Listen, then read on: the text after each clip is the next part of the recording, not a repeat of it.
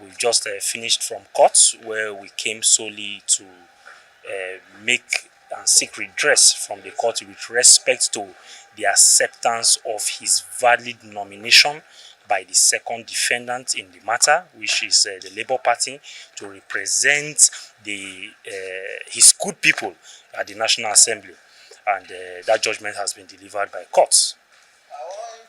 The position of the court in respect to our questions raised and the relief sought is succinct to the extent that it made extensive pronouncement only on the issue of the non-compliance of the second defendant to the procedure building up to a primary election, which on our part we are not satisfied with. Furthermore, it should be on record that our major relief was against the first defendant, which is the Electoral Commission, that was served our processes, that was served hearing notice in this matter, and did not make appearance in court save for this morning that the matter was to come up for judgment.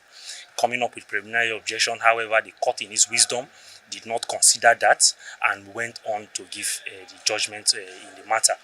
While we firmly believe that the nomination of our candidate, Engineer Christian Omofoma, is valid and in compliance with the law, we are dissatisfied with the fact that the court dwelled on the fact that the non-monitoring of the election by the Electoral Commission, despite being adequately notified, costs and it has negative implication on the nomination of the plaintiff. So in view of that, we'll wait, take further instructions from our client if there's a need for us to appeal the judgment so that we get clarity on the position of the law with respect to that provision, which we believe, and we have argued before the court, that it is not mandatory to the extent that the INEC must be at every primary election all over the country, all over at the same time, on the same day, if they don't have that resources to, as a condition precedent.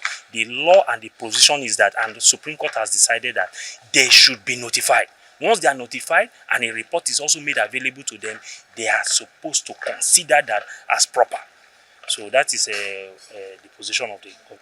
I want to state for the records that we are not satisfied with the judgment, and we'll be going on appeal.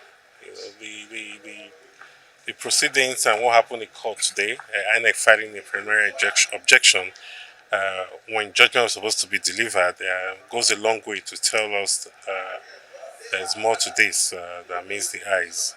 So we are proceeding, filing an appeal, and we'll take it from there. Thank you.